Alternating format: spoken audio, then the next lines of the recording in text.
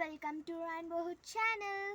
ఈరోజు మా garden mini garden చూపిస్తున్నాము. ఆఫ్ గార్డెన్ రండి చూస్తాం. ఇదే బనానా ట్రీ చూడండి. బనానా ట్రీ కాదే, బాగుంటాయేమో బనానా ట్రీ.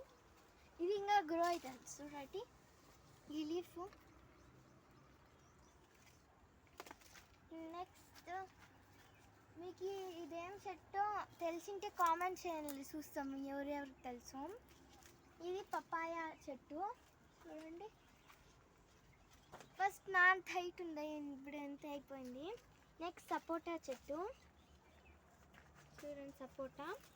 నెక్స్ట్ రండి, ఇది కోకోనట్ చెట్టు. కోకోనట్ చూడండి, కోకోనట్. ఇది పెద్దదైనాక మీకు కోకోనట్ ఇస్తాను కావాలంటే. బనానా కోకోనట్ చెట్టు పక్కనే పెరుగుతూ ఉంది చూడండి. అడ్డుము అనేసి అడనాపుల్స్ పెడతాం చూడండి.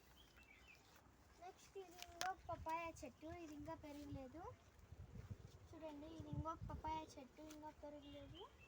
పపాయ కాదు, చుడిపోయిన అవంతా పూలు ఇస్తుంది చూడండి. ఇంకొక సపోటా చెట్టు. ఇది కరేపాకు చెట్టు చూడండి.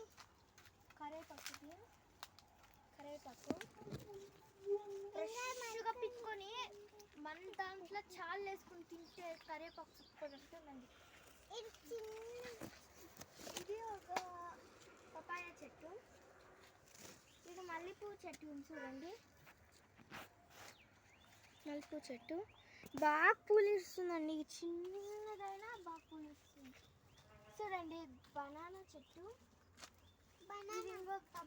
పపాయ చెట్టు. ఇప్పుడు వ్లాగ్ ఇంతే.